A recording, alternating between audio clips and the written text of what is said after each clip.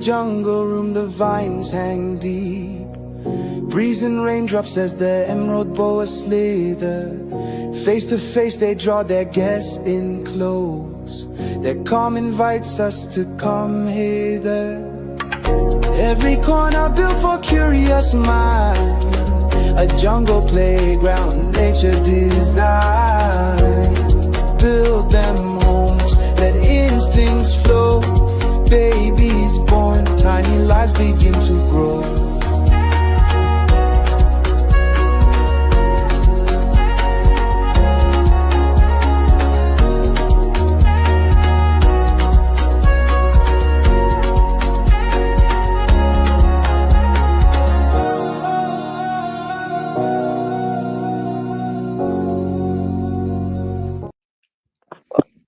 Greetings, everybody. Thank you so much for coming. It was fun chatting with you guys while we waited a little bit to get started. And we are here today with Mariah Healy from Reptifiles, and we're going to learn all about what Reptifiles are. And Mariah, it's nice to meet you, by the way. Nice meeting you too. You are going to be the very first real habitat specialist I've ever chatted with about habitats. I probably have chatted with some, but just didn't know. So we're excited. Awesome. I'm honored. Sorry, go ahead. We're excited to learn about Reptifiles. Okay, so it's funny that you you say we're going to learn about what Reptifiles are, and I'm like, oh, that's a terrible way to phrase it. There's a very specific way why, aside from being a play on words, there's a very specific reason why I didn't spell it Repti, Philes, that will lead you to a very weird corner of the internet. So consider yourself warned. That's reptile files, Reptifiles, because files on reptiles. It's an online database of reptile care information that I was inspired by Melissa Kaplan's and apsid.org.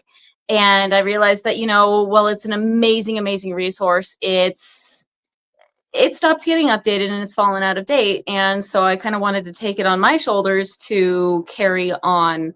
I've never actually had a face-to-face conversation with her, even any kind of conversation, actually. But I'm trying to kind of carry on the legacy, and those are some very large shoes to fill. If I can meet Philippe de Vosjoli, though, I think I'd die happy. Does she know that? No.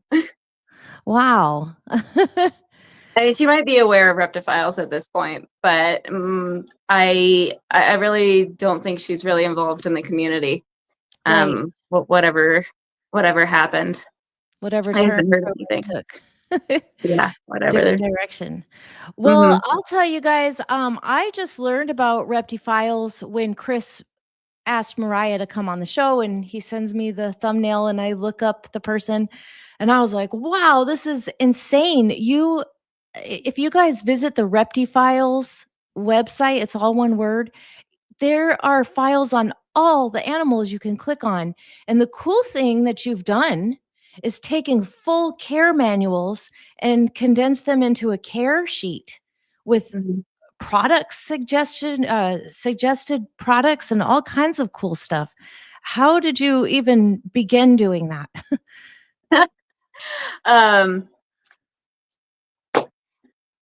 It just kind of starts.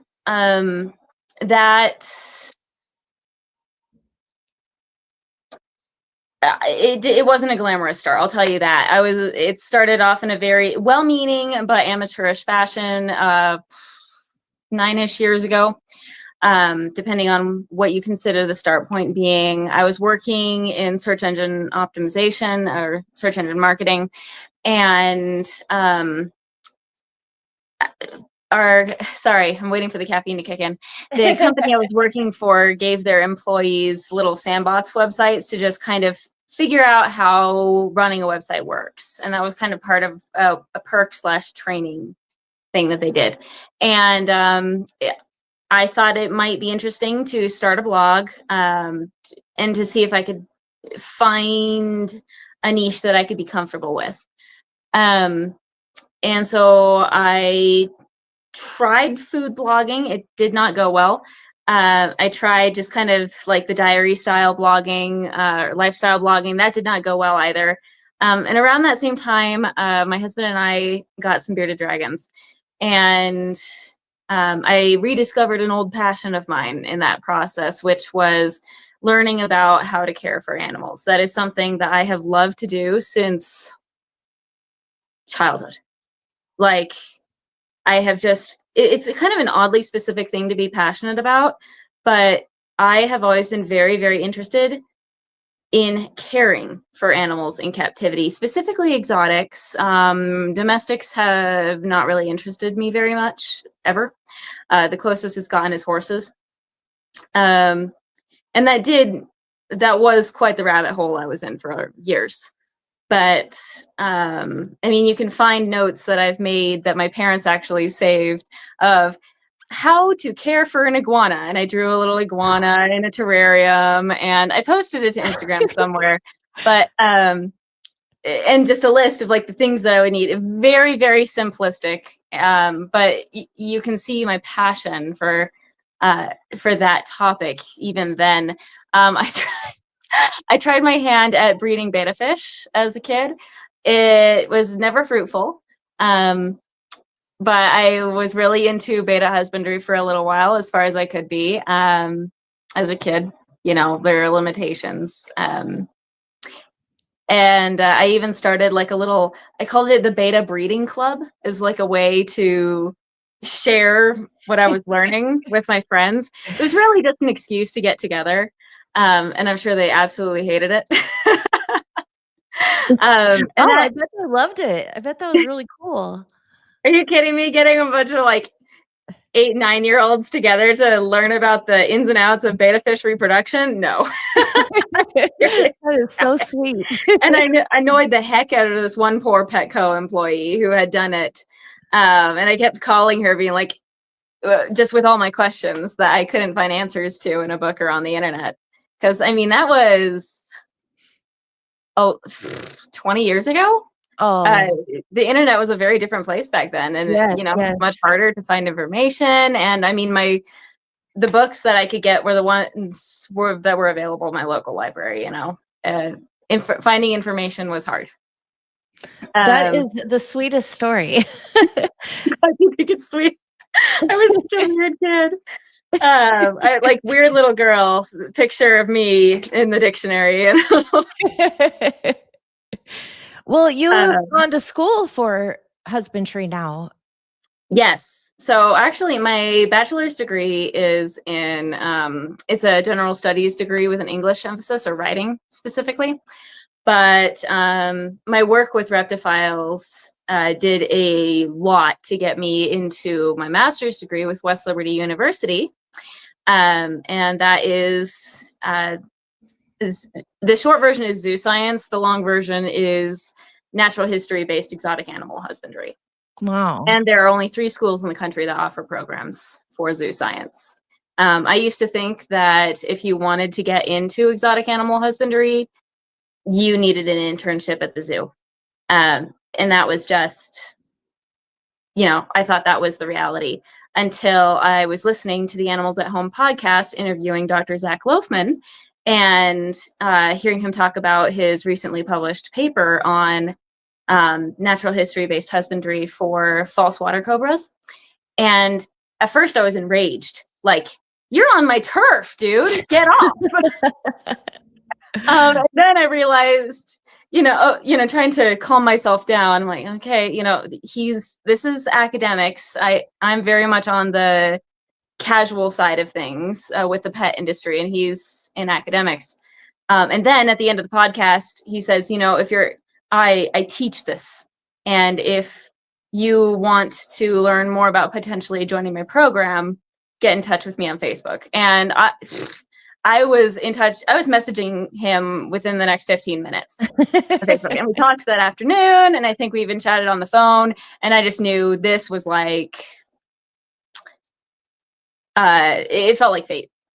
And it was just right in there. So I got started, and I started taking classes online. I'm on a little bit of a hiatus now with 2 kids under 3 years old. There's not a lot of time for master's degree work right now.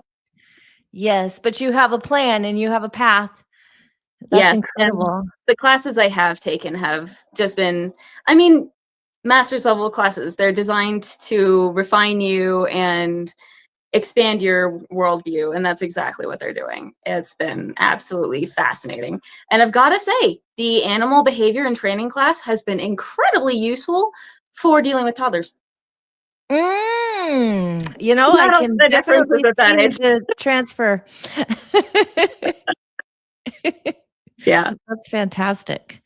Well, yeah, I was really surprised when I looked at your academic background. I thought I wouldn't have even ever imagined that that was a degree, and for you Yeah. to fall into it after that sweet, sweet story of you m forcing those kids to sit down and listen to betta fish reproduction and just being so passionate about making the little iguana booklet.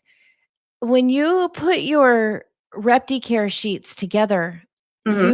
you're taking so much information. There's so much out there, and Hmm. you're working to keep scientific-based information for Yeah. beginners. So how That's do you bring true. all of that together? Great question. So the process has gotten refined by a lot over the years. When I started Reptifiles, it was just a report what works. And, a decade ago, that wasn't a bad place to start because there was a lot of misinformation on things that weren't working.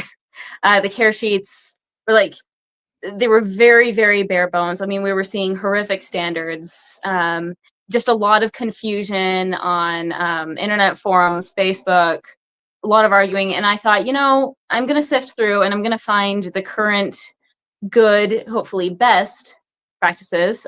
Thank you, Ghost 101. Um, and uh, and that will refine things. If that will hopefully make life easier for anybody looking to get a bearded dragon, um, and who doesn't know how to sift through the information, because it's information overload for a lot of people, and something that I really enjoy is sifting through information. I mean, with a stack of books as tall as I can get it and going through page by page, writing down the information, comparing, looking for what they have in common, where the outliers are, and trying to figure out, is this a good outlier or a bad outlier? And that it entertains me. I really don't get tired of it. So I figured I could maybe use this talent maybe to help other people. So really it just started as a hobby. And over time, and as Reptifiles became more of a thing, and I realized that this was something I actually wanted to do with my life, I started to integrate more scientific research into it. So looking more at academic papers, looking more at natural history data, talking more to other members of the herpetological community, breeders. I mean, I've swung in all the directions, I think, at this point. Just putting feelers out with, is this where we're going to find the truth? Is this where we're going to find the truth? Just trying to figure out not just what works, but what's going to be best for the welfare of the animal. And that's been one of the things. I mean, there have been landmark moments, right? Going from, oh, I can integrate academic papers. Oh, I should be integrating natural history data. Oh, I need a guiding philosophy of naturalism. And most recently, with my master's studies, it's been focusing on positive welfare. What is going to provide the best welfare for the animal? And that is so hard to do when you're writing guides for people just starting out. Because you're trying to take these high ideas that are often very complicated. And I don't want to say dumb it down, but make it accessible. Mhm. And that often I've been accused of making recommendations that people can mess up on and make huge mistakes with, that a lot of people giving care advice will not touch because they're too afraid of what could go wrong. And I totally understand that. There is a lot that can go wrong. But my goal with these guides is to teach people how to do the things that I'm recommending that they do. And that's the strength of the care manuals. How many do I have now? 19 on the site, where they're full length, where I'm not just giving you the parameters, I'm telling you how to do it. And I'm always trying to update that to make it easier and easier to understand. And not just the how, but also the why. Because I don't know about you, but me, I'm a why person. If you don't tell me the why behind a recommendation, there's a good chance I'm not going to do it. I'm one of those really annoying people. You probably didn't like algebra very much then. I actually really liked algebra. I hated geometry. I just remember all the Algebra was why fun. questions. Why do we have to do this? And the ones who want to know why everything, it makes it even more confusing in the end. It's true. Algebra for me was always like it was a straightforward puzzle, you know? But geometry, and I actually have the same issue with physics as I do geometry, it makes it too complex. It's, okay, well, why is it a triangle? Because it's got 3 sides, okay? And don't tell me I have to know it's the theorem of whoever. Like, and those proofs that they make you do in geometry made me want to scream. That was absolute hell. Like, the worst year of my life was 9th grade geometry. Like, well, I just it. struggled because the whole time I couldn't get over the fact, just the thought, this is stupid. Trigonometry was slightly better.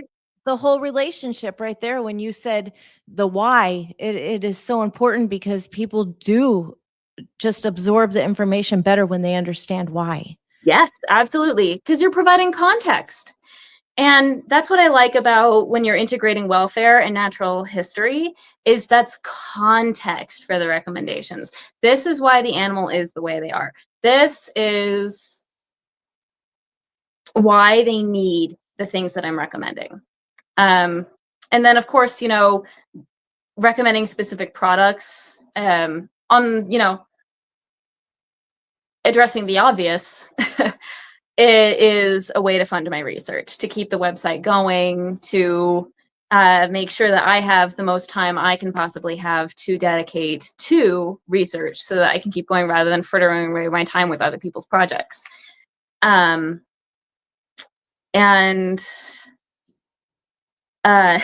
so yeah, I don't want to say it's a cash grab, but that is my revenue source, is affiliate marketing. And sponsorships. The sponsors technically are there just because they like me, and they're like, here, we'll give you money, just, you know, because you like us and we like you. And that's, yes, we have a super impressive list of sponsors. They have been really wonderful to work with. I work with some of the best people in the hobby. I really do. And a big part of each contract with all of my sponsors is, I like you enough that I will promote your product, but we do not have an exclusive relationship. That's going to bias me in a direction that makes me very uncomfortable, and is going to compromise how much people can trust me. And I don't want that. I want to be able to give people options, and I want that clarity. So, I mean, granted, some brands get the spotlight because I just don't know everything that's on the market.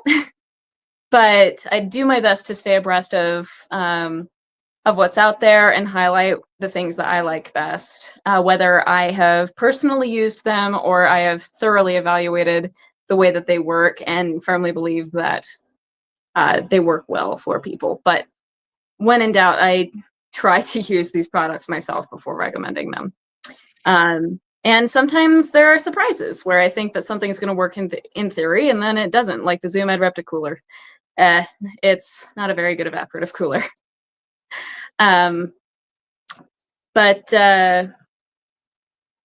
yeah, so that's that. And then, you know, when you tell people about specific products, they're less likely to make mistakes, because you can say, oh, you need a 10.0 UVB tube, or 10.0 T5HO UVB tube. That should be generic enough, or you can say desert strength. But then they go on Amazon and they buy the most random brand, untested. They just buy it because it's cheap. And the spectrum on that thing might not even be safe. There might be UVC being produced on there. It might not even be producing UVB at all. There's a lot of fraudulent marketing going on Amazon. And so especially with UVB, I try to pay very close attention to what the experts in that field, in the reptile lighting field, are saying about these products, and what their tests are revealing, so that I can hand that information over to other people in a safe way. Safety is obviously one of my biggest priorities. And with UVB, there's a lot that can go wrong.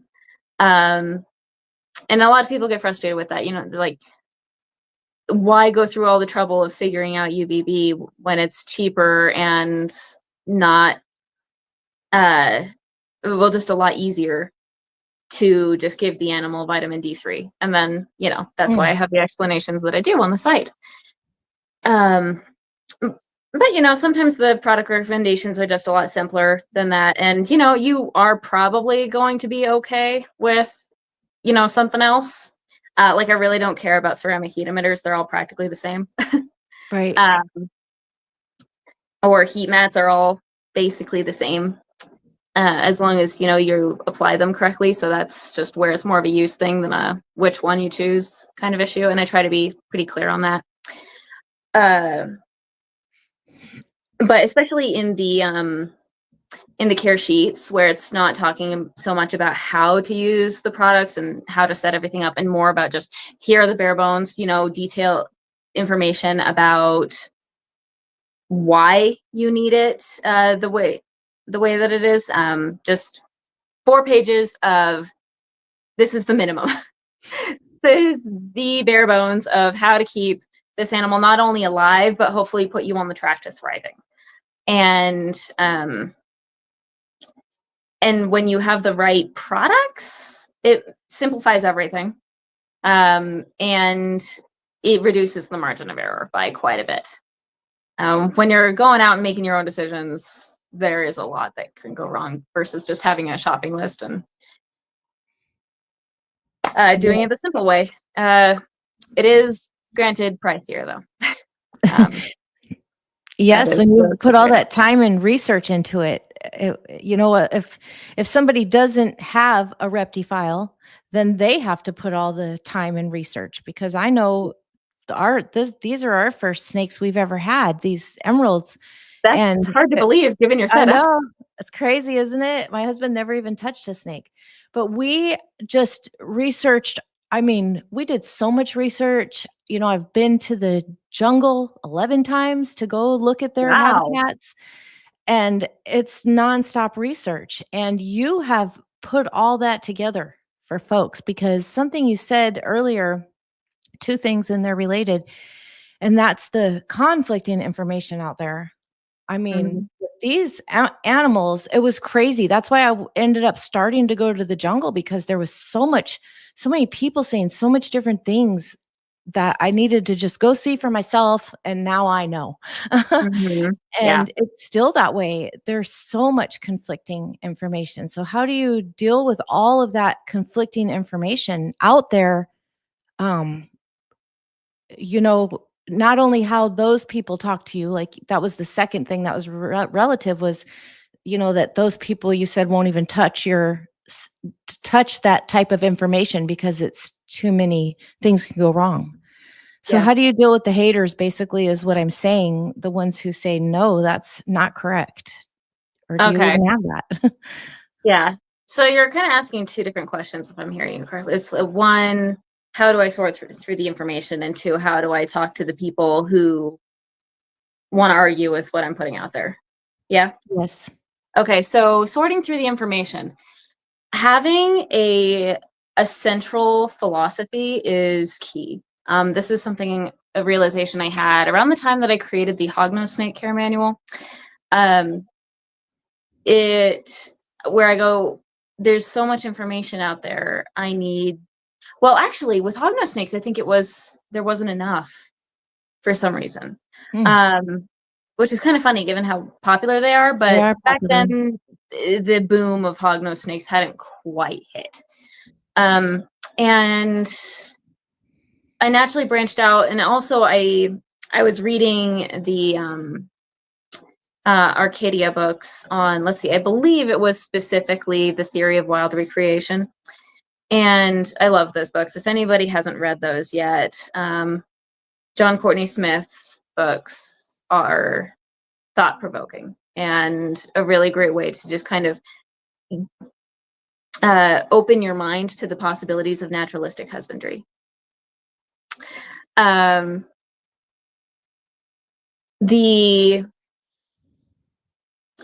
so that's where it was, is I realized I need to focus on naturalistic husbandry. Because I need to, well, first I really went far, and it's, you know, it's the pendulum effect, right? Where you're learning something new and you go all the way over here and then you go all the way over there. And I've been learning a little bit more nuance and taking, as I've grown, taking little bits here and there from where it makes sense. But mostly it's centered on naturalism. Naturalistic husbandry. Look at the natural history of the animal. Look at the way that it evolved, because even the most domesticated species in our hobby, you know, bearded dragons, leopard geckos, ball pythons,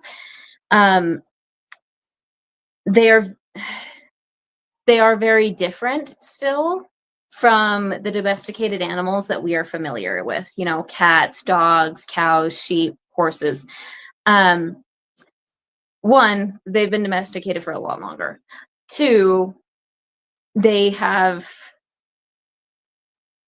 been bred for a function. Livestock, we're breeding them for their wool, for their milk, for their meat. Dogs and cats, we breed them for their value as companion animals, as hunting animals, sport animals in the cases of horses. And they all have a job, and they were bred for a job. And that was a big part of the domestication process, was changing them from what they were in the wild to suit our purposes. We haven't really done this with reptiles. The most we've done is, our purposes are make them pretty, which is kind of funny because I think they're pretty just the way nature made them. There are very few instances in which I will say a morph is prettier than the wild type.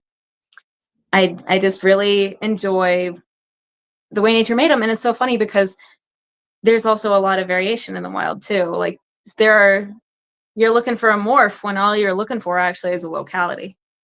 Bearded dragons are a great example. You're like, oh, they're so boring and gray tan. Have you looked at the ones from the red sands areas? Because they're stunning. And so, to, I guess, bring it back, it really is natural history, and find out what that animal was made to do. What was its niche? How did nature shape it, and how did it shape itself to its environment? In that mutualistic relationship there. And when you pay attention to that, what it was designed to do, everything else just starts to fall into place. Then you start asking the questions of, okay, what have other people done? What has worked in taking an incredibly complex environment and recreating it on the captive scale with the technology that we have available? And that's when you start looking at hobbyists and breeders. Breeders are really good at knowing the basics of survival. Like bare bones, they have survival down to a science, because there was a time when we didn't even know how to get reptiles to survive in captivity. And so when you see somebody bragging like, yeah, I've bred this animal, when no one else is able to do that, that is a huge brag. That's a huge breakthrough. That sets the foundation on top of the naturalistic base of, okay, now we know the bare minimum parameters for captive husbandry. We've got temperatures, we've got humidity levels, we have basic needs. Like for a lot of snakes, they need to feel secure. I mean, most reptiles do, but snakes often in particular, they want to be, they want access to closer quarters. And when you give them the closer quarters, they're happy. So is it optimal?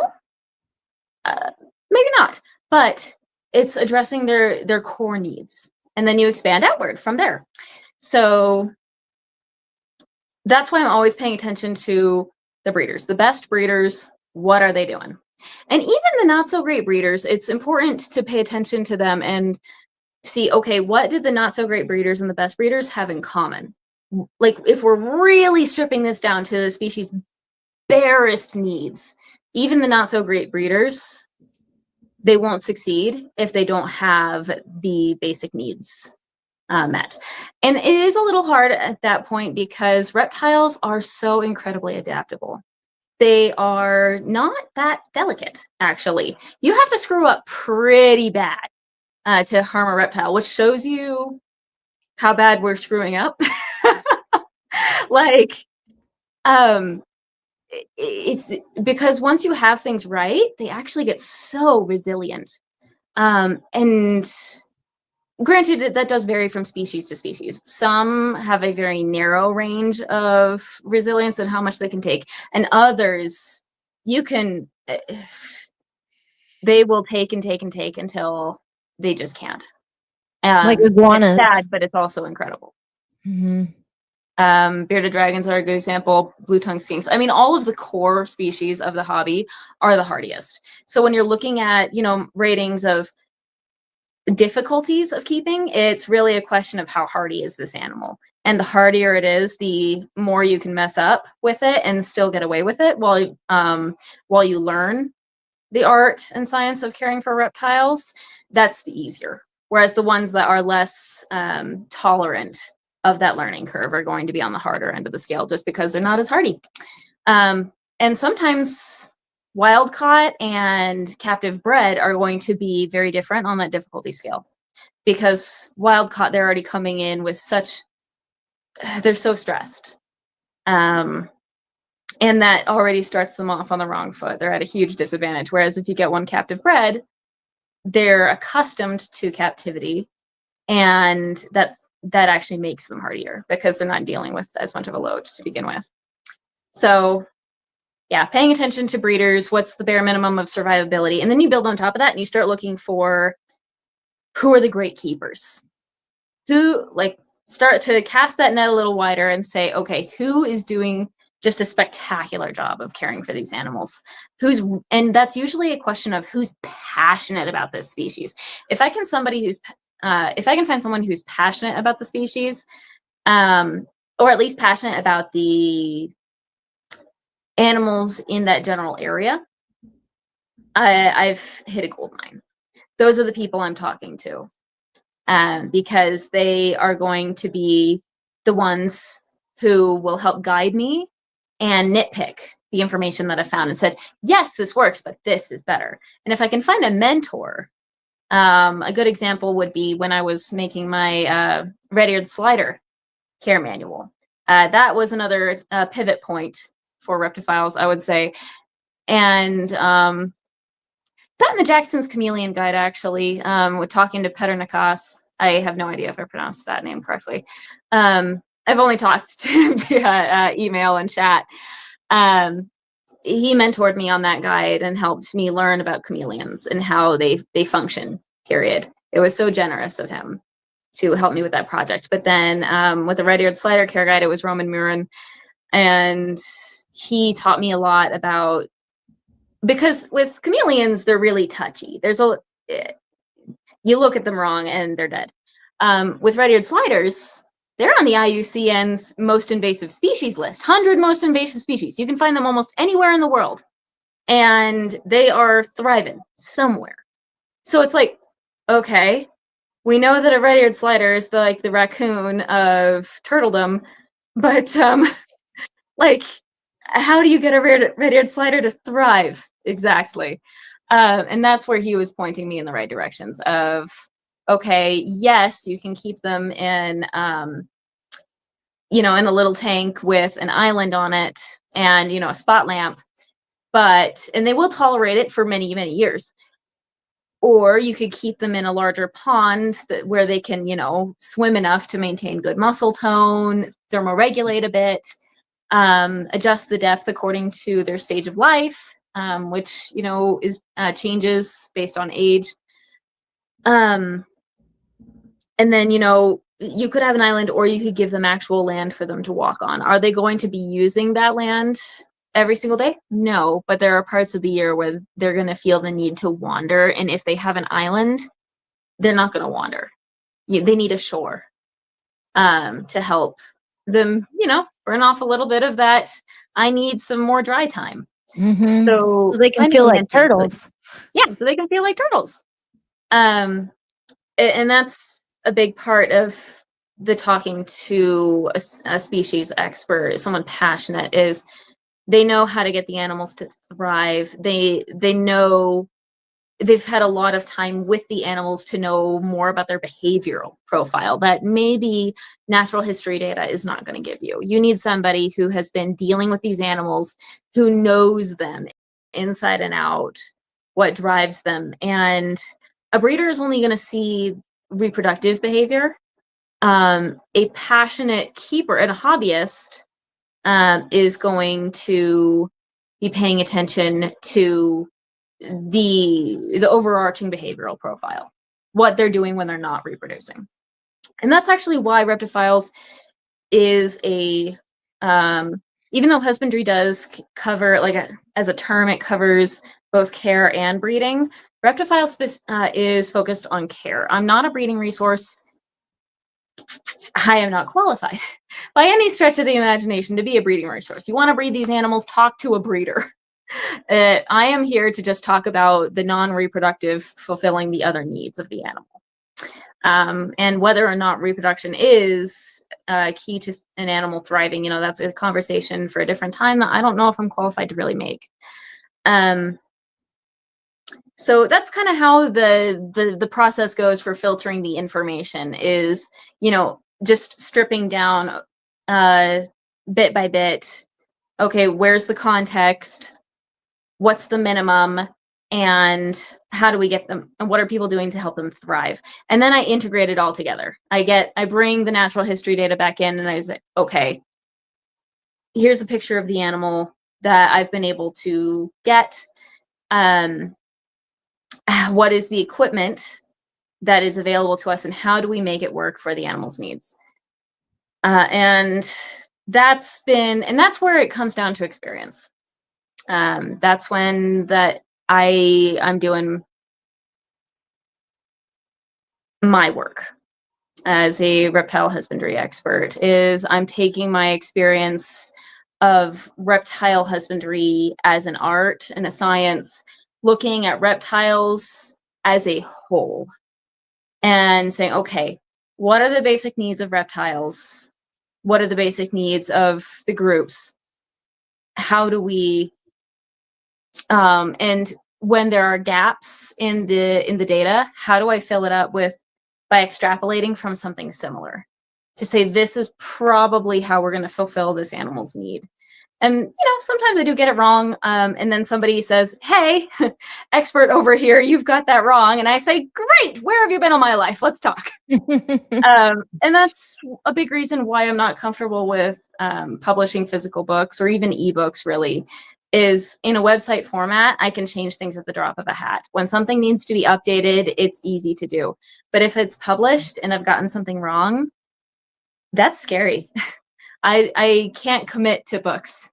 It would be a good idea, and maybe I'll do it one day when things are at least a little bit more solid. But for now, everything's changing too fast. And there are some things that, you know, it's not as key, and even though we're learning new things, that's what version 2 is for. But books are often better left to the species experts, I'm finding, because they have all of the time in the world to be dedicating to these resources. And I lean on them so heavily. I have a whole library that's always growing of books by the species experts, by the people who are going out into the jungle like you, and really fixating on getting to know everything there is to know about these animals. And I say, thank you. I worship you. And because of you, other people, I'm going to help other people get this information. It's just so, these books can be so pivotal. And I will preach about, get your hands on a good book for as long as I live. They really help with fine-tuning husbandry beyond just the basics. So yeah, that's my process. I've got the full care guides that, where I'm telling people, I'm taking all the information, and there's more room for discussing nuance in those long guides, the how, the what, the why. In the care sheets, there are many more of them, but they're not as refined. I like to be able to find a mentor with the care sheets. I have one right now. I'm slowly chipping away on a Peter's Banded Skink care sheet where I have somebody helping me quite a bit. It's really a collaboration on making sure that it's viable. And I'm more likely to get things wrong with the care sheets, admittedly. There's a lot more of them. I produce them a lot faster. The whole reason why I'm doing it is so that I can cover a larger variety of species to help more people, because the care manuals just take way too long to put together otherwise. And right now my priority is help as many people as possible. And your point about the website and being able to update things as you learn more stuff and find new products, that's the best. Yes, it is the best. It's still the worst though when I learn something really big and then I realize I have to make adjustments to a lot of guides. Do you have any examples of something like that? Actually, probably the most relevant, the one that I'm working on right now, is integrating reptile systems and Exoterra UVB bulbs, their T5 fluorescence. Exoterra just released very new products, and reptile systems just recently hit the US. And that's where my main focus is, the US, because that's where I live and I'm familiar with the products and culture here. I really can't speak for, there's some extrapolation that can be made, but I can't speak for the products in Europe or, South America. Or I get a lot of questions actually from like Asia. And I'm like, I really don't know. Like, I'm sorry, but I'll give you the information, but as for products, you're going to have to use your best judgment. And unfortunately, sometimes in those areas, there's just not a lot available. And I have to, we have to go back in time because of the lack of resources to say, okay, let's strip this down to the bare bones. You're going to have to do a lot of work. Yes. That otherwise, because you just don't have the conveniences. But yeah, so right now it's applying the reptile systems and Exoterra UVB bulbs as options and how to use them, because their outputs are slightly different. And so approximations of how to distance them is going to change. I also need to put in information on all of the care manuals, definitely the care sheets, not yet, on paying attention to infrared A radiation measurements for creating a basking spot. So now we used to just use the UV bulb and call it good for reptiles and hope that, we're doing enough. And now we have solar meters. We have ways of measuring the radiation that they are producing and using that to fine tune our basking spots. And that process has happened again, but with heating, which is so interesting. Instead of focusing on temperature, the experts are now starting to look at the exact amount of infrared A that a heat source is producing, because there are 3 types of infrared, A, B, and C. A and B are produced by the sun. C is actually just a side effect, really, that we find on Earth, but is not produced very much by the sun. And it's radiant heat, basically. So A and B are what reptiles are basking in. It's what they evolved to utilize for heating their bodies. And as poikilotherms, as ectotherms, it's so important to be paying attention to the energy source that their bodies have evolved to use. And that's their fuel. So what kind of things can provide that A and B? Yeah, so it does sound complicated, but what's funny is you get the most from a standard heat lamp.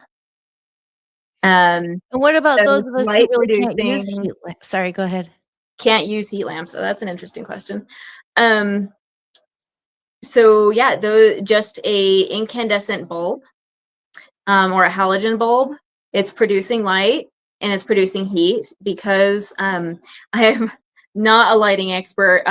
Remember, I don't do great with physics. So I can barely wrap my head around this myself. I'm really parroting the work of Dr. Serena Wunderlich, Francis Baines, Roman Murin, Thomas not Marriott, he's a different guy. I forgot his last name. Griffiths, Thomas Griffiths. These are the people talking about heating, and I just have to trust them. Like, you're the expert in your field. That's what research is. Yeah. So with these radiant heat panels, for example, I just have to ask. The radiant heat panels that I have in these enclosures, that would be sea level, right? Yes, that is infrared C, exactly. So what it comes down to is heating has become more complicated than ever. And that is the sucky part of this. And the questions of should all reptiles have access to infrared A? Are all of them utilizing it in the wild?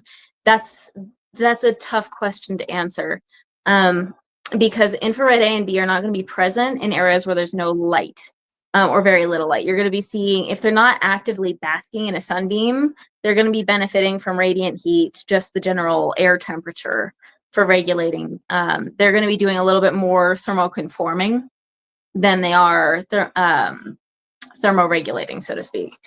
Can you just tell us the difference between those two? Yeah. So thermoregulating is when the animal is moving to areas of different temperatures, different amounts of available energy, essentially, to regulate its own body temperature, to meet its metabolic needs. So when it needs to ramp up its metabolism, say for digestion, it's going to seek more energy. It's going to charge in an area that's warm. When it's more in maintenance mode, or it doesn't want to be expending more energy than absolutely necessary, it's going to be thermoconforming. That's going to be a little bit easier. Even then, though, yeah, that's kind of like your baseline. And often you see a difference in the behaviors of diurnal versus nocturnal reptiles, because at night it's only infrared C, it's only radiant warmth. And during the day, there's all three types available. But reptiles aren't simple, and nocturnal reptiles do bask. There's more and more data coming out of people observing, if not in the wild, we are seeing captive reptiles that are typically nocturnal. If they're given both radiant heat and basking heat, they're utilizing the basking heat when they can. And from a evolutionary, a biological perspective, it makes sense, because that's the most efficient. That's where the good stuff is. That is the best way for them to power their bodies. They can get it's like using a fast charger for your phone versus a slow charger. You can get a full charge in an hour, or you can get a full charge in 6. And that's kind of how it is with these different types of infrared. And often the thermoconformers are less heat tolerant than the ones that bask. So they're often nocturnal and or forest dwelling, lots of shade, a cooler environment than what you might be seeing on what's average for that geographical area. It's a little tough, but my conclusion in that area has been, okay, what is going to promote optimal welfare, and how do reptiles operate best? They operate best when you let them take care of themselves. Like when something's in doubt, let the animal take care of itself. The more we try to isolate and control their environment and just get it really, really, really specific, the more likely we are to mess up and mess up badly.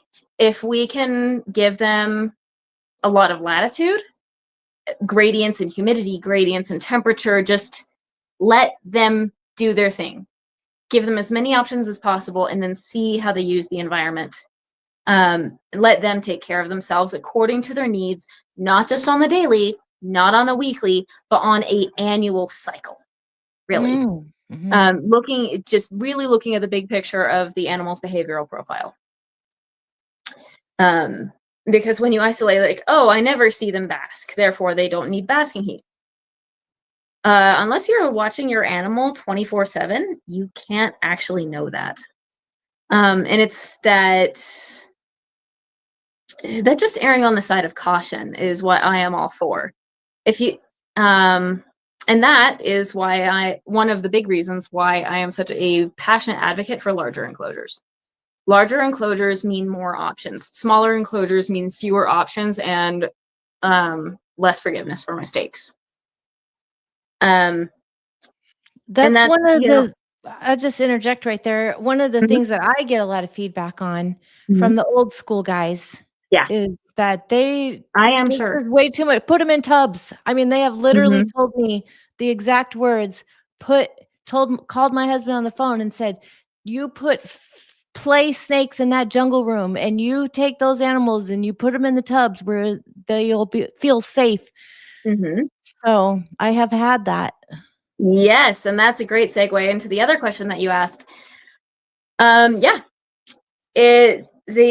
They think that it usually comes down to you're doing scary things.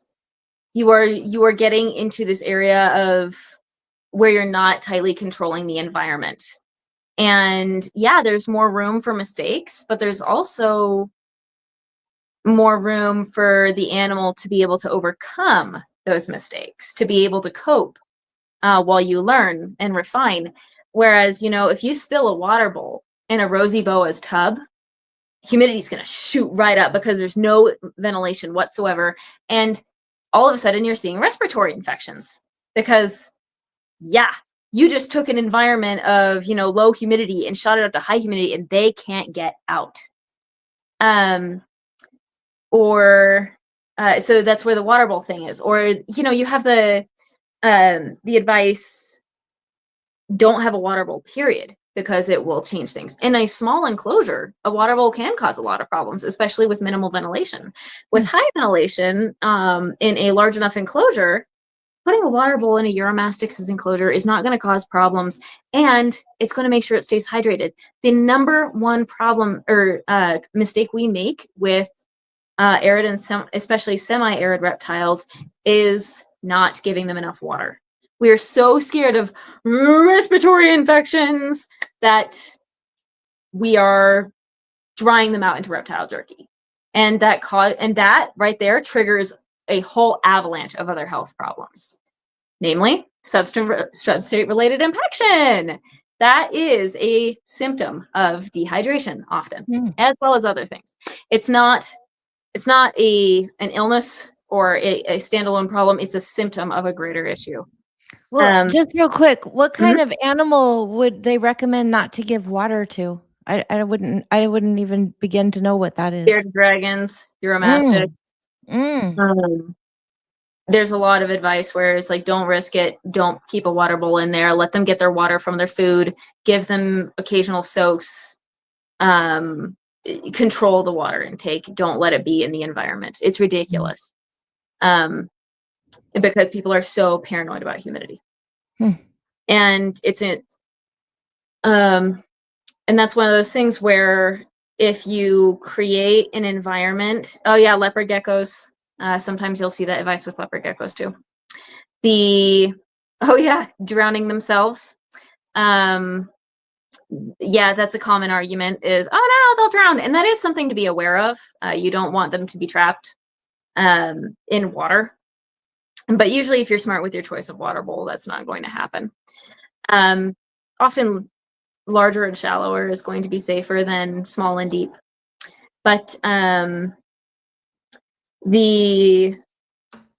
yeah, it's just navigating, the people who say you're going to kill your animal because of this. They're going to get really, really sick because you are doing something where other people have failed. And often this comes from people who have been doing this for decades, and they come from a time when they were learning, there was much less available to them. And because of limited technology, we weren't able to accurately, as accurately, I should say, replicate their natural environments. And so we did have to get really strict about how we were keeping them, because we had to do what we could to help them survive. But surviving is what we have down now. Survival is no longer a question for many species in the hobby. It is, how do we help them thrive? And that means getting into some scary territory. That means adding more to the environment, giving them more of what they evolved to be in. And we have the technology to do it. So start with a bigger enclosure. No, they're going to stress. Well, yeah, if it's a 4x2x2 tub, that is going to cause problems. Because if a lot of the standard tub setup, right, is a water bowl, maybe a branch, and a hide. And that's like it.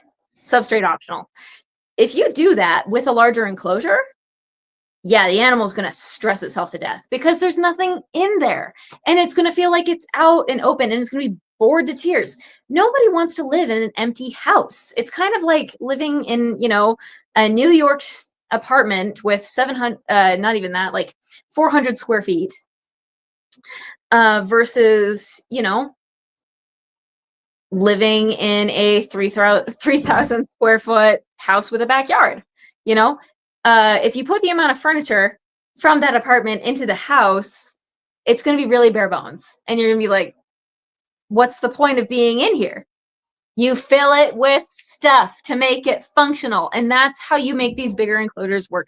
You fill them with stuff and give them options. So instead of, the only thing that you have is, a teeny, like a little kitchenette with a microwave, and that's the only thing you have to cook with, and maybe like a water kettle and a teeny tiny shower and a TV with a couple of books for entertainment. All of a sudden you can have a pool in your backyard for swimming. You can have an exercise room. You can, have a whole rack of movies, lots of different video games to play, a whole kitchen with, an oven and a stove and a microwave and, all of the things, all of the appliances.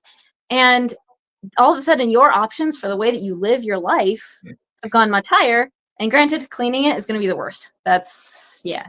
But because you have more options for how you want to spend your day, over the course of the year, what your life is going to look like, you're more likely to thrive because you have options. And having options is key to high welfare in all animals. Letting them to take charge of their own life, really. And so with reptiles, it's not just going to be give them stuff. So, go from bearded dragons are a great example because they're common species. We're going from treating them as a strictly terrestrial animal with only stuff on the ground. In the wild, they spend a good amount of time climbing, actually. A good amount of time in small trees. So make that enclosure taller. Oh no, they're not arboreal. 4 feet tall is not arboreal. That's a small shrub, my friend. Get outside once in a while, will ya? And you just start to recreate the environment. You give them UV and you give them a gradient of it, close to the lamp, far away from the lamp. That's going to give you higher and lower exposures of UVB. You have the heat lamp. So you have a basking area. You have a small area of concentrated heat where they can bask, and then it's going to gradually get cooler the further away they get from the heat source. You can have a basking area, and you can have a warm hide. So basking area controlled by the heat lamp, and then maybe a warm hide that is either directly underneath the heat lamp or somewhere else, controlled by a heat mat and a thermostat, where it can have a place to stay warm, but also hide if it feels the need to do so. So giving them just a variety of ways to live their life. Give them lots of branches, give them foliage, give them rocks, give them just all the things that you can think of, really, that are species appropriate, and see what they do. And that's going to be a lot more fun for you, too. It's expensive. A lot of people really don't like it. And if you have, 50 animals, the idea of somebody coming in and saying, you need to change your husbandry is terrifying. And they start to get defensive because their thought is, I can't afford to do that. And I don't want to feel like I'm not doing. I'm trying to read. Oh, Mariah's trying to rile me. That's a great example. They want to, most people who keep animals do so because they like them, right? And so they have these animals and they went from being able to feel good about themselves because they felt like they were, treating them right, to this oppressive guilt of, oh no, what am I going to do if I accept this new information? That means that I'm a bad keeper. I've been making my animals suffer and I need to change. What am I going to do? And so you start seeing, and I've been starting to see this in the hobby, where there's this guilt, this pervasive guilt of, I can never do enough for my animal. I'm a bad keeper. I don't deserve my animal. And we forget that reptiles are forgiving and they're flexible. And as long as you're doing the best that you can with what you have in the moment, it'll be okay. Because chances are really good that they're going to be better with you than somebody else. Than if you try to rehome them, or heaven forbid, dump them because you feel like you're the worst person ever, and almost anything is better than what you've been doing for them. You still want to improve, but do so within your means. What would you say to somebody who did have a rack with 50 snakes in it, and they're exactly the person you're talking about? It's overwhelming to think that changing things. What are some simple suggestions that you would have for, you haven't used the word enrichment, but you've completely described enrichment nonstop. For somebody that does have 50 snakes in a rack, what could they do to provide something a little extra without changing too much? Yeah. So one is commit to a loose substrate of some kind if you can. So if you're using paper towels, they are, helpful for cleaning, but and this is usually only for like terrestrial. So if you have someone with a rack full of like ball pythons, king snakes, corn snakes, give them a loose substrate for them to dig around in.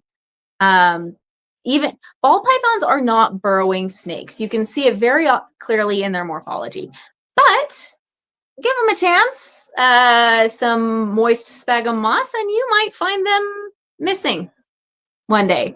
And that will be because they took the opportunity to bury themselves in the moss.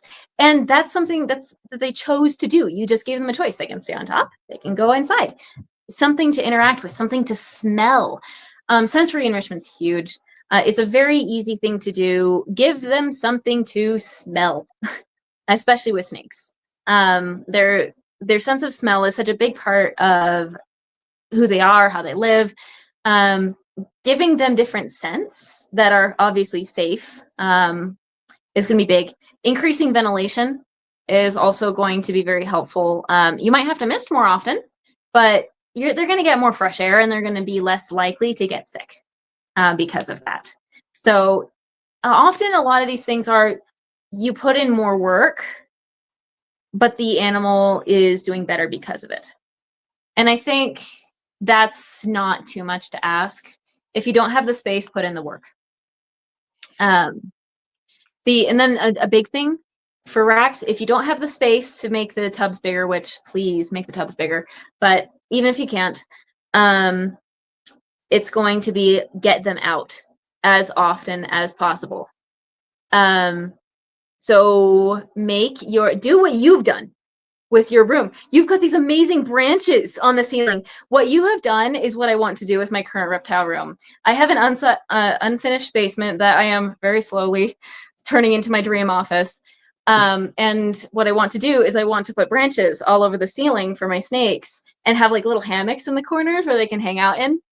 I think it could be really, really fun. I just want to make a snake playground and use that space.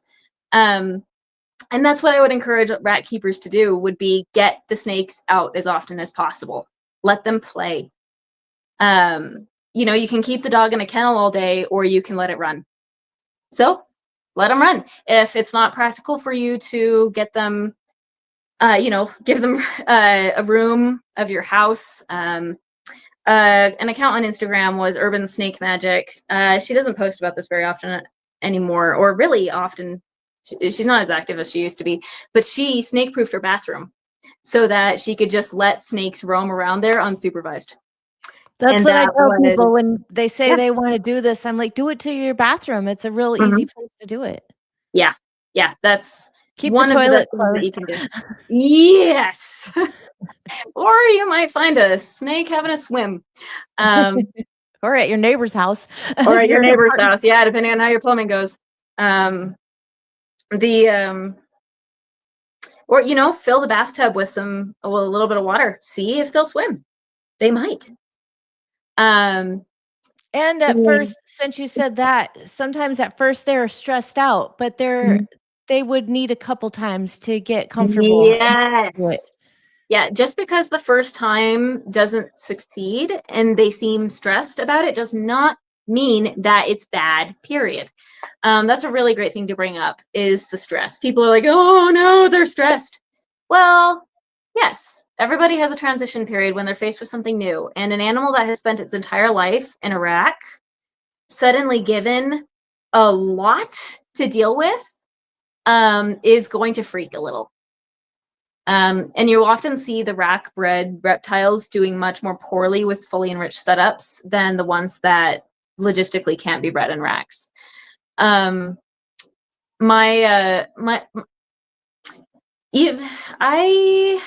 ball python was bred in a rack, obviously, but I got her early on enough that she had a gradual transition to her enclosure.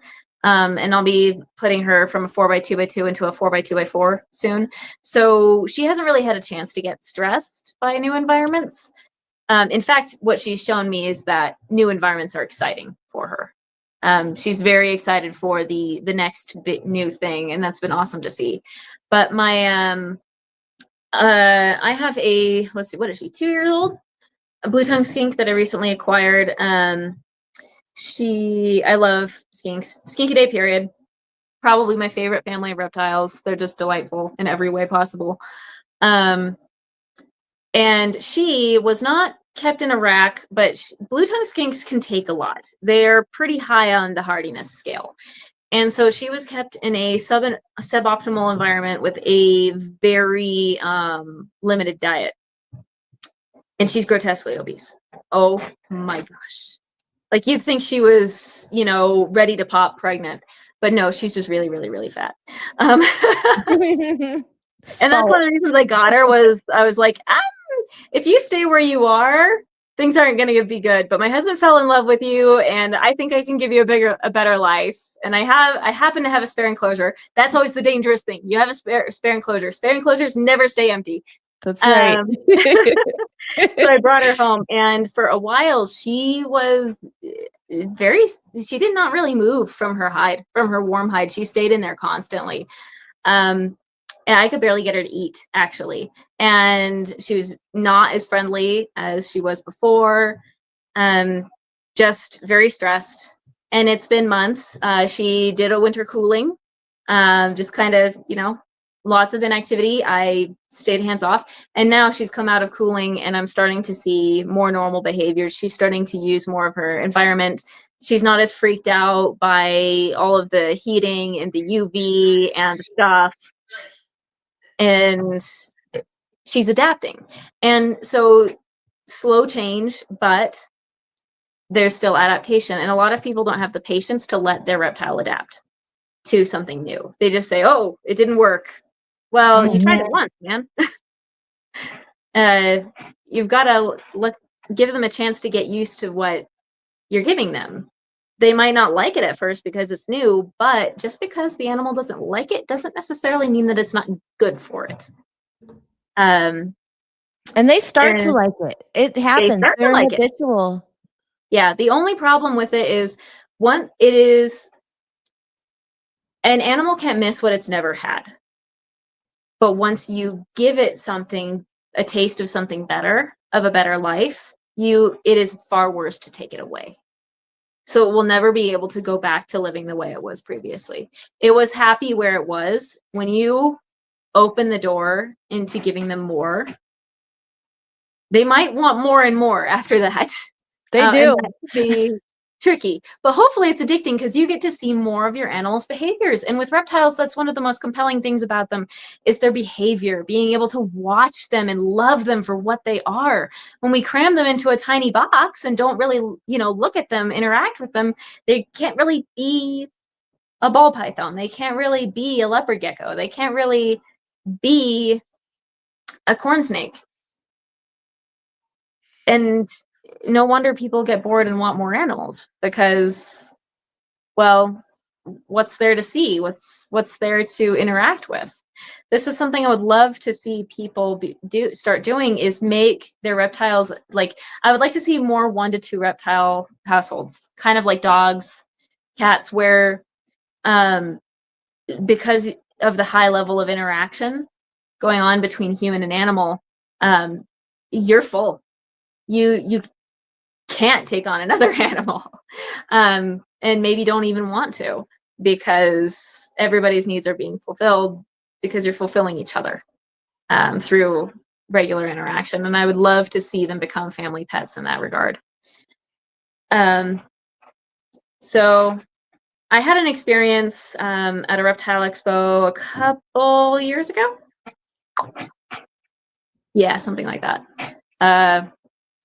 Where a ball python breeder came just storming up to my table, and they were furious, red in the face, and they come and they slam their finger down on my ball python care sheets that I hand out and said, "You need to stop giving these out. These are going to kill snakes. You are wrong." And I'm like, whoa, this is the first interaction. I've had this happen on the internet before. This has never happened to me face to face. And so I was like, okay, well, what do you have a problem with? Let's talk about this. I can see that you're really passionate about this. What are you worried about? Because, obviously you don't know me and I don't know you, but let me tell you a little bit more about my background and why I make the recommendations that I do. And they're like, no, you're wrong. This is going to kill snakes. Nothing that you can tell me can convince me otherwise. And then before I could really react, he stormed right off again.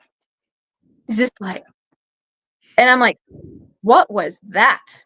And the person in the table next to me was like, are you okay? And my husband was like, what was up with that guy? And I'm like, I'm shaking. I've just got this adrenaline rush that I haven't had a chance to do anything with. And I'm just like, what just happened? It was just the craziest thing as I try to sort through I still don't really have words for it. It was just the strangest feeling of I am confident in my information and who I am, and you're not really threatening my identity at all or, my sense of security, but I'm just surprised that you just did something that I thought only people on the internet did in real life. And everybody, it was really, I was embarrassed for him because everybody in the area saw that debacle. He was yelling, and I mean, these poor innocent people who were, coming to Expo to have a good time were watching this guy and what is wrong with him? And I'm just like, yeah, well, anyway, let's move on from that. And I had to report him to the show organizer, and we got it resolved, but it was just the craziest thing. And I think that's the hardest thing is when people just shut down and they don't let you talk. I am always happy to talk to people, but there needs to be, exchange from both sides. If somebody's just going to scream at me, then there's nothing to be, what's the point? One side's intent on not learning, and I can't learn from them if they're not willing to talk to me about their concerns. So, mostly, yeah, it's just really weird. Like, you don't see people act in real life like they do on the internet. But this guy was a little on the older side, so maybe that was why too. He didn't have an outlet. But I'm okay with it. Not everybody and not every breeder at the expo trusts my information. And I just do my best, you know, with the new owners. I can't really convince people who are set in their ways at the end of the day. Those fights are often unnecessary. I tried them several years ago, you know, when I was younger and had more fire in my belly for this kind of stuff, but I have less energy now, and I want to direct that to problem solving and to research rather than picking fights on the internet. So I stay away from trying to convince the people who are set in their ways. And now I just try to focus on the people who are starting out. The people who actually have open minds and who are going to be fertile ground for helping create a better hobby. That's my Convincing a exact breeder they're wrong. Yeah. When I see someone new come on the Emerald Forum, I friend request them right away. There you go. Hey, another newbie, because those other, you know, the old schoolers, they're going to get a hold of them. And yes, like you said, they created this foundation. They tried all the stuff. They taught us how to keep them alive, but now we can have them thrive. Yes. So yes, I love that fertile ground. Yeah, it's investing in the future at the end of the day. These are the future breeders. These are the future, you know, podcasters, educators. And if we can get them started on the right foot, then the future is going to be all the brighter. And that, and that's where it's important to focus at the end of the day.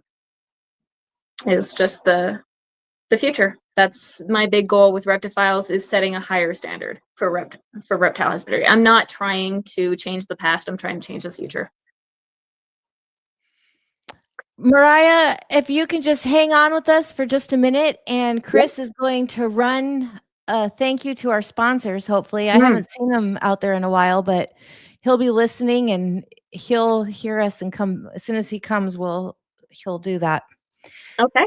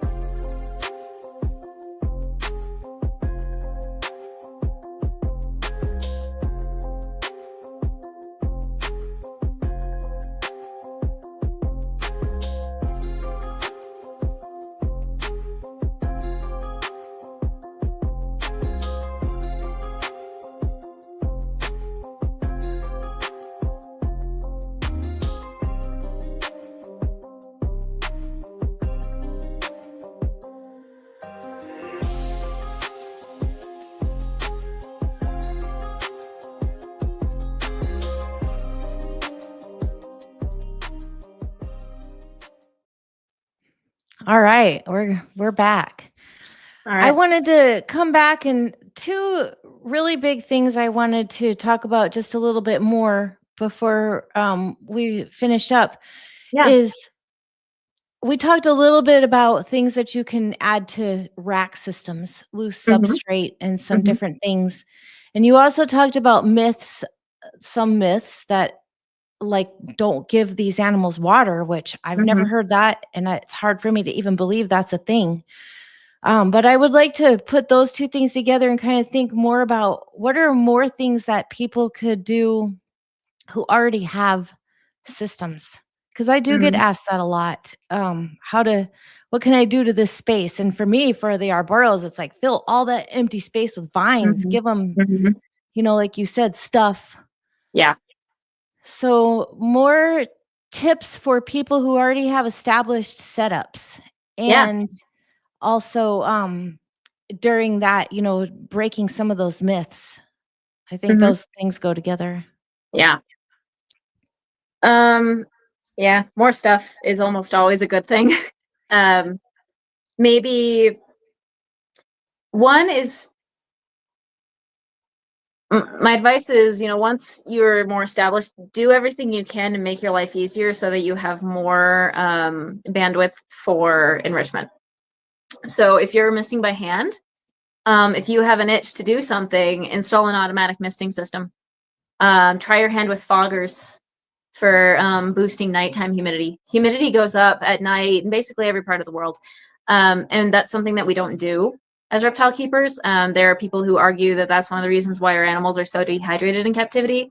And maybe water bowls wouldn't even be so necessary if we were just giving them water in the air for them to be able to benefit from, so they're not losing quite as much and having to drink from water bowls.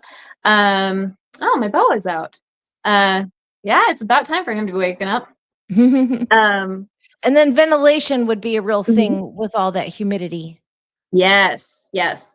And that's where automatic systems become very important. So if you're going to increase ventilation, you're going to have to increase water input as well. And that's what people do not want to hear, right? They're like, wait, I have to do more work. There is a balance between ventilation and humidity to be struck. Oh, hang on a second. I gotta charge the phone. This is what I get. Okay. And we're back on. And it is dragging on my phone, so I'm just gonna have to have an intimate relationship with my phone here. So there is a balance to be struck between ventilation, heat, and humidity. The more ventilation you have, the harder it is to heat the enclosure, and the harder it is to keep it humid. And the more work you're going to have to put in. Absolutely. But you get your animals getting fresh air. And fresh air is very closely tied to good health. So you're going to have an animal that's more resilient to illness because it's getting fresh air.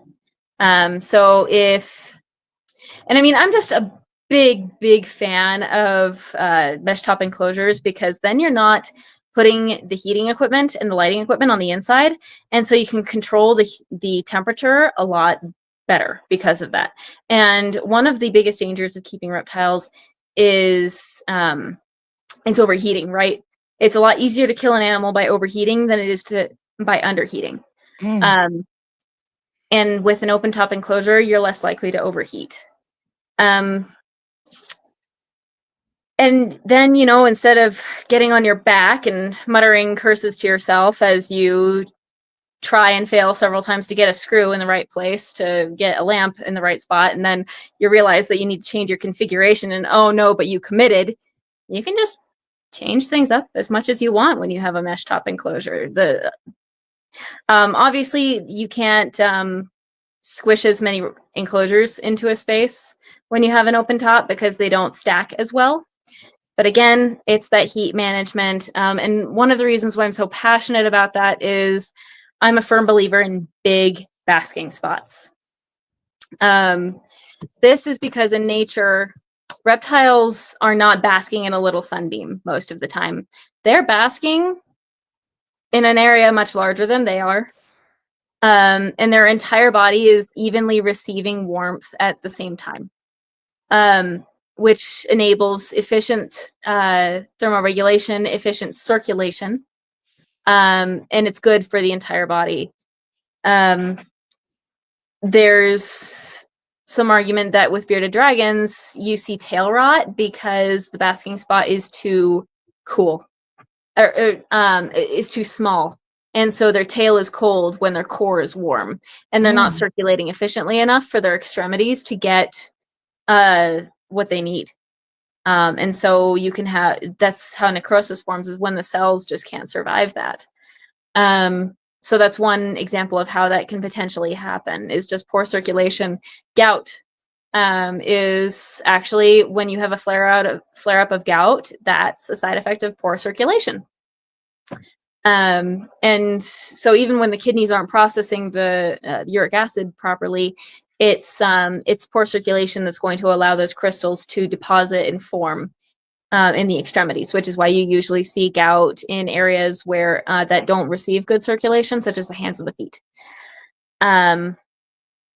So big basking spots. And then guess what happens if you've got a big basking spot? You need either an open top enclosure for that extra heat to escape all of that radiant heat that you're creating by pumping infrared radiation into the enclosure, or you need a bigger enclosure, sometimes both.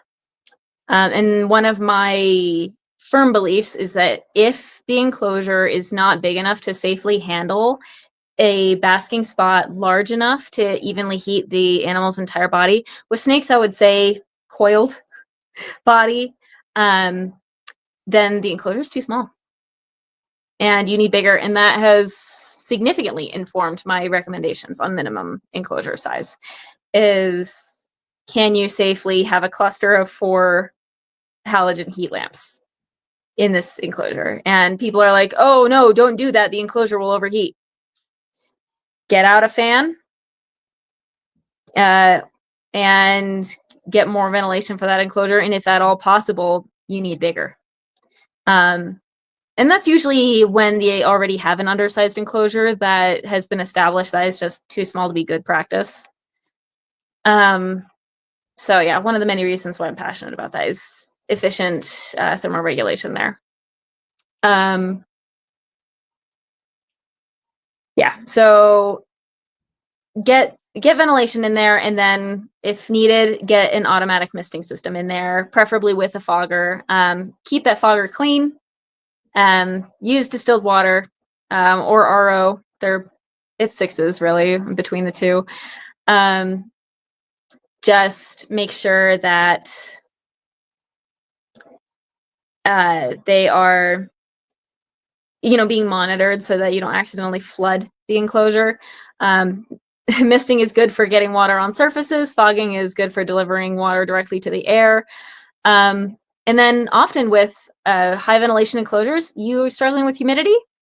One, get a good substrate. You can't be married to the paper towels or any solid substrates anymore. You are going to have a thick absorbent substrate that can release moisture into the air. And then also you're going to need live plants. Live plants do so much, especially at night, for getting water into the air. And that's actually another reason why I think we should be having larger enclosures is, say you have a big reptile, blue-tongued skink, bearded dragon, not that big really on the scale of things, even a ball python. And they say, oh, well, I can't do live plants because they'll crush the plants. If the enclosure is too small to be able to facilitate plants that won't get crushed by the animal, within reason. I mean, if you put like a succulent or something in there, those are delicate. It's gonna die. But say my boa right now, behind the camera, he is climbing on his umbrella tree. 4-foot tall enclosure can support a small umbrella tree. He's a small boa. Yeah, it supports his weight. And so the enclosure is big enough to facilitate plants that won't die because of his activities.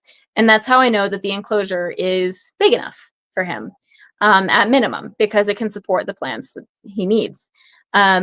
Whereas, if you just can't fit a big enough plant in there, your enclosure is too short, and possibly not wide enough as well. Very stocky animals like blue-tongued skinks are a really good example of this, because yeah, they are terrestrial, but they're so heavy-bodied that any plant that would really fit in your standard, say 18-inch tall enclosure, which drives me bananas. I really don't think enclosures should be 18 inches tall, but that's an argument for another day. You might need, taller just to facilitate the plants, or better yet, open top. They're not climbing out of that enclosure. Okay, Granted, do not underestimate a terrestrial skink's ability to climb. Those little legs can be very strong, and they can pull off impressive pull-up feats. But like, they're not going to climb out of a 2-foot tall or over a 2-foot tall wall. If you have an open top enclosure, a pen, really, then you can have plants tall enough to be able to resist the skink's activities. I've been using ponytail palms with my Indonesian blue tongue skink, and because they have a nice, thick, sturdy trunk, but they're not too tall, it's actually been working really well. The only problem I don't like is you have to be very careful with the roots. They have a very, very shallow root system. And that's a problem with anything that likes to dig. So you do have to get to know your plants if you want live plants. And that's a whole new learning curve, unfortunately. I've killed so many plants, and it's just something that you have to accept. You're going to kill a lot of plants as you figure it out. My husband says when I go to the jungle, the hardest thing to take care of in this house that are the most time consuming are the plants. Plants are hard because they can't take care of themselves. They just sit there and hope you'll take care of them. And you're like, I'm not a good person to trust with your life, honestly. With reptiles, they do some of the legwork. Plants, that you gotta, give them the right amount of water, put them in the right spot in your house, pray that they don't get infested with something. Don't touch them with the wrong hands. Like, oh yeah, plants are tough, but I have better success with them in the enclosures because, I have naturalistic environments versus, in my house where it's crazy dry. And I know I'm watering the enclosures regularly for humidity. I am not watering the houseplants regularly. Right. Because you have to stick your finger in the dirt to check the dirt, and I don't want to get my finger dirty. Yeah, the mister system. Usually when I'm in the reptile room, I put gloves on. So, and those automatic mister systems do great. The enclosure plants, I don't hardly do anything. Because they're taken care of in there. Yeah, automatic misting systems. Once you get it set up, the setting up is the worst part. But once you get it set up and going and you found the balance, they're fantastic. It's just, there's a learning curve there, and it's not fun. And I've got to say, Miss King has some of the worst installation instructions ever. They're not helpful. I put my husband up to the task. I was like, I can't do this. You have at it. Yeah, that's what I do with a lot of stuff, honestly. I'm not a DIYer. I'm terrible at building things. Yeah, I was going to say that earlier when you talked about that you had the dream to make your office into the reptile room. The first thing that came to my mind was just write a list and give it to your husband. I feel guilty, There's only so much I can ask him to do. Well, they like with an unfinished basement, holy crap, there's so much to do. Right now, it's like everything's on the ground. I've got a concrete slab on the floor, and it's just framing for the walls. It's very bare bones. We're getting there, but I'm just trying to prioritize, yes, what to do first. Because I used to be able to have all these funds to pour into the reptile room, and now I've got a mortgage. Dang it. Yep, that happens. To wrap up our conversation, which I have enjoyed so much, and everybody has been enjoying all of your great information, I would just like to have a little conversation about the relationship between the enrichment and the animals being interactive. Do they use it? No, us being able to personally, our animals feeling comfortable enough to interact with us when they have a space that they feel like they're their species in. Humans as the enrichment in a sense? Yes. I am not a very good example of this, I'll be very honest, because I'm often spending more time with the books and taking care of toddler and infant than I am with my own animals. It's something that I have always tried to do better with, but I'm not a very hands-on reptile keeper. I'm pretty happy to sit and watch them, honestly. But sometimes the reptile demands interaction. Some of them do not care. and would really, really rather that you didn't touch them. And those are the ones I would say have the highest needs for enclosure-based enrichment. So making sure you stay hands-off with them, but you need to make sure that their environment can fulfill their needs while you stay hands-off. The ones that like to engage are the ones, and like to come out, are the ones that you can flex a little bit with. And you can do more. My boa is a great example of this. He's always begging to come out. He likes to hang out. He may not want to hang out with me necessarily, but he likes to hang. And so his idea of a good time is just, I'm working in the reptile room and I open the door so that he can come out and play. Open studs, he loves them. He'll climb on those all day. Same for my ball python. She really likes them. The skinks like to crawl around on the floor. And one of them, my rescue, the one that I rehabbed, he's very engaging with me. He likes scritches around his ear area and his armpit. And he tolerates me better than and that trusting relationship with the giant animal in your life is important to their welfare. Even if they don't like you, you should make sure that they trust you, that they associate you with good things, because otherwise you are a source of negative stress. But if you can be a source of someone that they look forward to seeing, even if you're just the food person, that means that their life is all the better for it. And I'm still working with my Sudan-plated lizard on this. She is terrified of me because of some pretty key mistakes I made when she was young. And she hasn't been able to get over it yet. So some days are better than others. You know, she knows that I'm the bearer of food, and she'll come, or actually it might be a he. Things are ambiguous. May have come into sexual maturity late. But so they for them, I have to just, be content with, if I can sit there and they're comfortable with eating while I'm sitting there, that's a win, in my opinion. Yes. And working slow, patience really is key with reptiles. So even if you can't just say, oh, they hate me, and give up. Like, just be persistent, be reliable, don't be invasive, respect them, and let them come to you whenever possible. Choice-based handling is as ideal as it gets. It's not always possible, but it is the goal to strive for whenever you can. Because when they choose to interact with you, that builds trust so much better than you just grabbing them. Because a predator grabs, but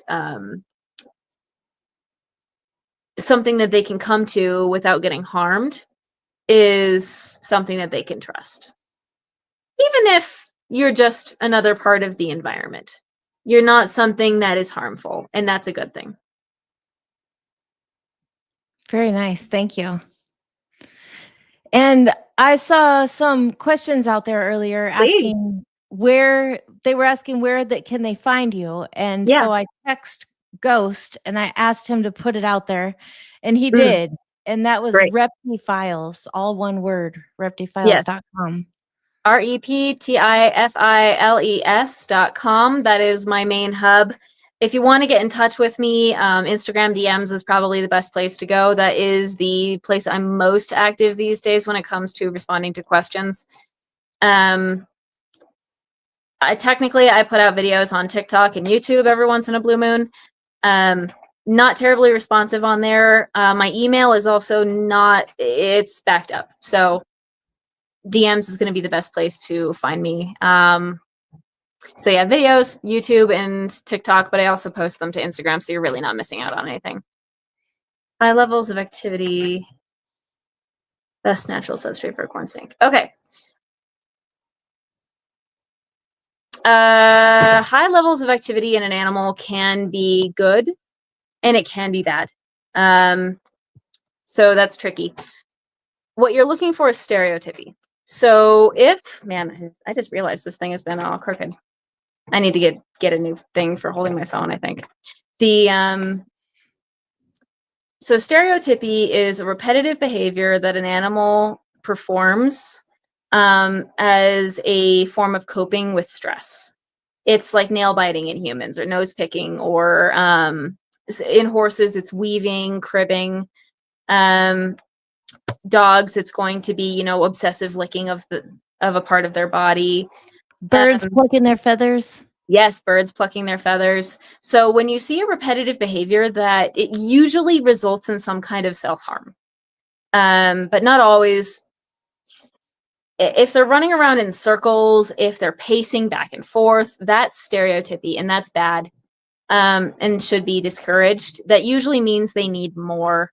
Bearded dragons are a really good example of this. Usually means that that they want out. They need to run. Despite the sedentary reputation, bearded dragons are actually pretty high energy and like to be out. Even if all they want is to run up your couch and survey their territory from there, or on top of your head. That's a pretty popular one too. Snakes like it on top of the head too, often. Or just climb up your bookcase. Snakes will pace too, or they'll glass dance. You'll see them kind of reaching, looking to the ceiling, just looking for a way out. So those are kind of negative activities where you're like, oh, they're out, but do they seem like they're looking for a way out? Is usually the question to be asking there. And if they seem like it, they probably are. Good activity levels is just them using what's available in the environment, climbing on their branches. It's not a frantic pace. It's a slower, controlled pace. They have a purpose. They're making the way around. They don't. You just get a sense for it. Humans are pretty good at our sense of that allows us to, or causes us to anthropomorphize, also enables us to connect with animals and kind of get a sense of their needs. It's a strength that we have that is often downplayed. But if you feel like your animal is stressed, it probably is. As for the corn snake substrate question, it really depends on what you want to do. If you want a naturalistic substrate, which I generally prefer, a dirt mix can be great. Something temperate that will hold humidity decently is a pretty generic mix, where you've got, say,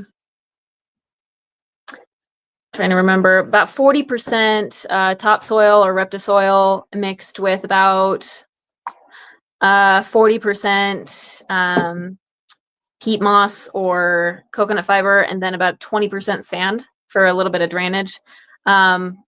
Better yet, add some bark to that to help with the drainage, and then you can control humidity by adding more or less water as needed. That's pretty good. Add some leaf litter on top for some burrowing. Corn snakes do like to hide in their substrate, so I'm a big fan of leaf litter actually for most snakes.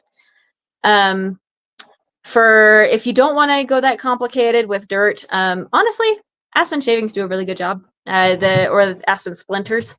They're soft enough that you don't really have to deal with the concerns about splinters. I have some concerns about ingestion, but it's been used long enough without problems that it's probably fine. And it holds a burrow really well, which a lot of colubrids really like. Very nice. Thank you. Does anybody have any more questions? Yeah, I've got about 5 more minutes before I have to run and save the husband from the kids. All right. Very good. Well, before you go, Chris, can you come on just real quick so we can say happy birthday to you for the very end here? There he is. There he is. There's the birthday fella. And I just read a comment that said that you just got 2 emeralds. Was that for your birthday? No, somebody surrendered them right now to me. He said that somebody on TikTok mentioned me to take that. I live in San Antonio, that I would take the snakes in. And I took them in. So I have a pair of emeralds, and I have a male and female. Congratulations. How exciting. Yeah, I have a couple of questions, but I can ask you after the podcast. So But thank you, everybody. Thank you for the birthday wishes. Thank you, everybody. Yes, thank you, everybody. Mariah, thank you so much for coming to visit with us today, and we'll see you again soon, I hope. I hope so. This was a really fun conversation. Anyone who has questions is absolutely welcome to ask. Yeah, I messaged her on Facebook, and she answered within minutes. So definitely the instant message or the Instagram. Yeah, if I can answer easily on my phone, that's the best way to reach me these days. So Facebook or Instagram? Instagram is preferred. I don't spend a lot of time on Facebook. It's been toxic ever since. Yeah. Yeah. The politics have ruined Facebook. Yes. I don't even see that stuff. I just see snakes. Lucky you. I need to filter better, man.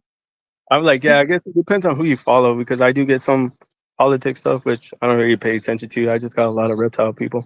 Yeah, it probably I have shows up passionate on friends. So, I don't know. But yeah, I appreciate you for coming on, Mariah. Thank you.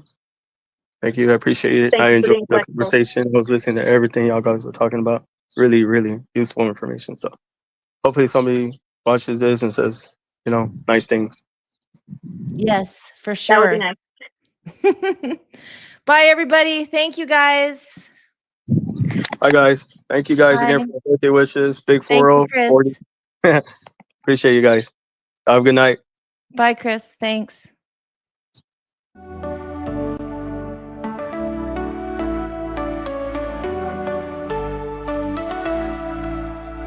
Under neon lights so cold they hum, shadows of scales where whispers come. A world of emeralds and tales untold, chasing the warmth in a world so cold. Happy basins we rise and glow, charmed roses stories the world should know. Emerald dreams in a twilight sky, together we thrive as the days go by. Amy speaks with a voice so kind, spreading the knowledge to ease the mind. Through winding paths, scales and